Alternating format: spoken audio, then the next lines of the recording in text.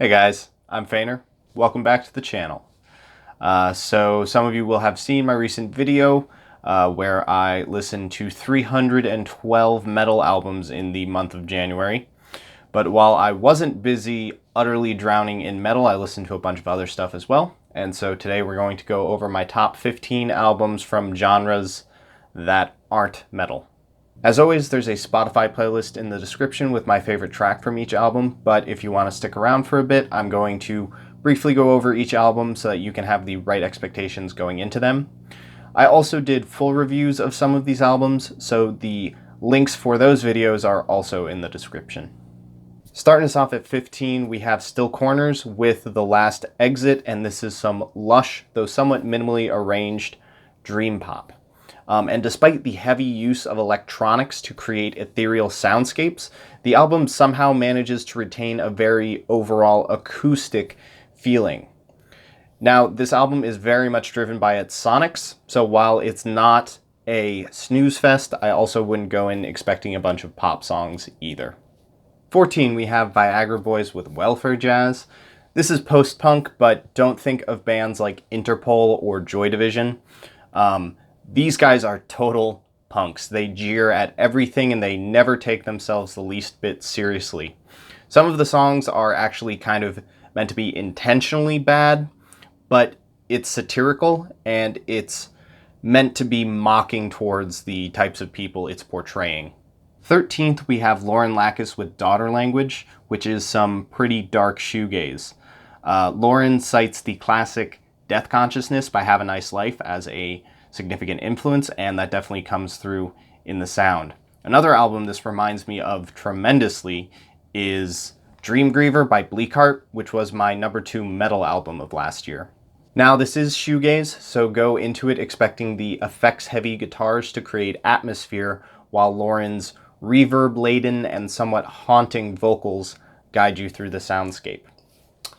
This is a somewhat patient listen, though the 29-minute runtime keeps it feeling pretty tight. I know it won't be for everybody, but this is a genre of music I really enjoy.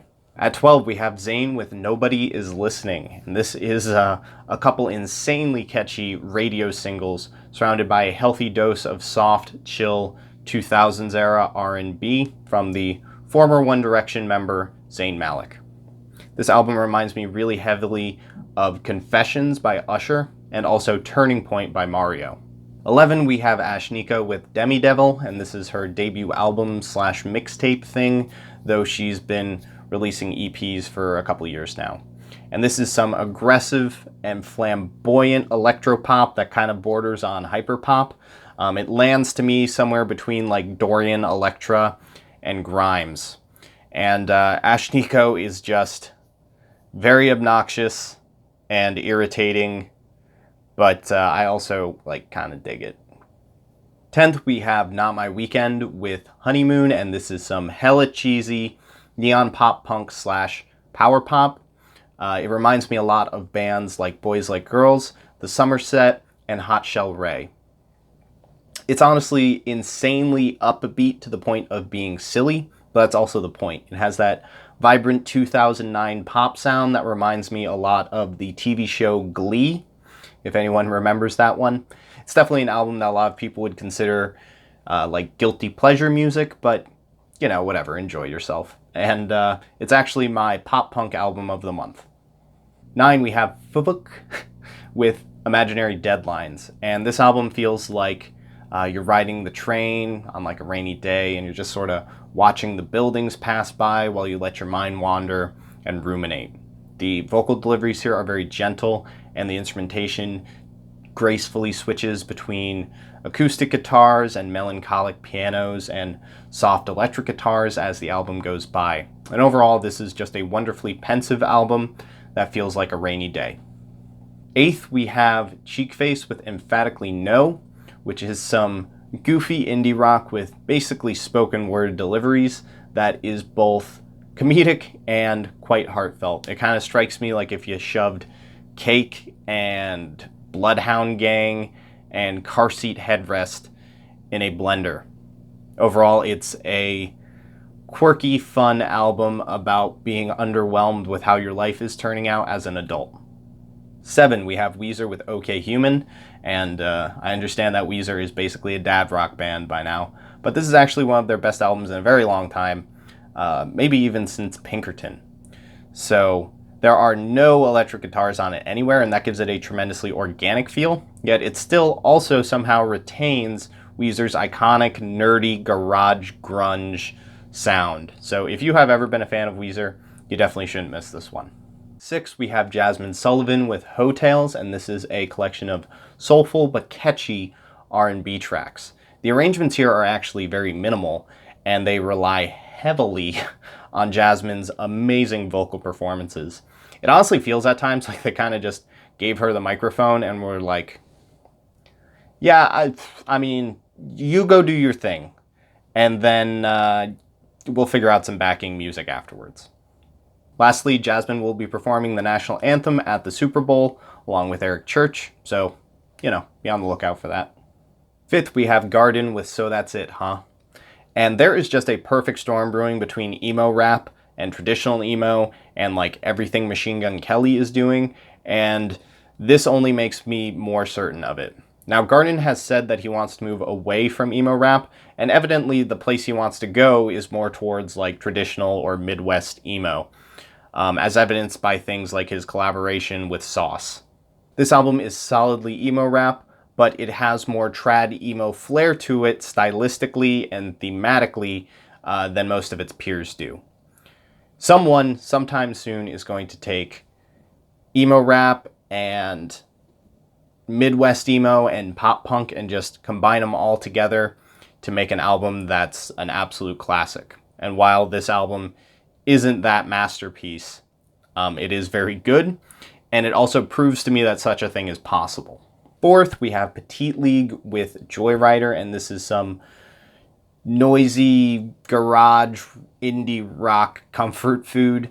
I listen to an absolutely huge amount of this stuff, and just every once in a while some album comes along and does all the right things and just feels a bit magical.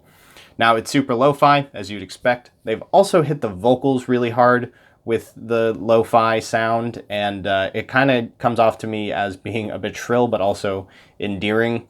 It's kind of some weird combination of like bright eyes and tiny little houses, maybe. The guitar tones here are also a really big draw for me. Just as soon as you bring out those tones, I feel all warm inside. I get that that's a me thing, but dude, it's so good. And there are some catchy tracks on here like Echo and Dark Disco, and then there are also some more like somber and thoughtful ones like St. Michael or Marathon. And overall, it just does everything I want from a nice like bubblegum twee indie rock album, and it's got that little extra dose of magic that just makes it stand out. 3rd, we have Vadruna with Kvitravan, and Vadruna attempt to recreate traditional Nordic folk music, and they are very serious about it. They use deerskin drums and horns that are made from like real animal horns, and all sorts of other traditional authentic instruments, and it all comes together to make this hypnotic, ritualistic Nordic folk music, a bit like what you might associate with Skyrim. I know this one will be a bit of a head scratcher to a lot of you, but if you go in with an open mind and an academic attitude, it can be a really great experience. The production here is phenomenal. The texture and feel of all of these instruments is incredibly lifelike. And the vocals are also just beautiful and perfect. It honestly feels a lot like listening to a slice of history at times. And as a person who appreciates world music and learning about ethnomusicology, I find this stuff to be incredibly interesting. Also, this isn't some crazy underground pick. Vadruna are critically acclaimed, very popular, and signed to a major record label. 2nd, we have R.A.P Ferreira with Bob's Son, and this is a alt hip-hop album that has generally lo-fi, chill, and jazzy compositions. The subject matter mostly revolves around R.A.P Ferreira's identity as a poet and his desire to carry the torch of great poets who came before him. Namely, he references the famous beat poet Bob Kaufman and what it means to be a spiritual successor to him, i.e. the titular Bob's son. Overall, this album is a quiet bedroom conversation between you and the artist that will cause you to reflect on people you've known and also what torch you'd like to carry yourself. I have a full review on this album if you'd like to hear some more of my thoughts on it. Okay, so here we are at my album of the month. Now, I was really hyped for this release, and it absolutely lived up to my expectations. And that album is Home by Rhye. So this is simply a beautiful music experience. It is very rare that artists manage to create this level of intense and sort of flawless atmosphere just with their sound. Now, I have a full review of this album, so I won't go into it too much, but if you've never heard of Rhye, I would actually strongly recommend you start with their music videos. The level of cinematography and just sheer finesse that goes into them is astounding. In particular, I'd recommend that you start with the music video for the song Open. That is all I've got for today. If you enjoyed this video, please hit the like button. I'm a new channel, and people liking the video really helps more people discover my content. Also, let me know what albums you enjoyed this month, because I'm sure I missed some really good ones, and I'm always interested to check out music that my viewers are passionate about. So, yeah, that's it. I'm done. Thanks for watching.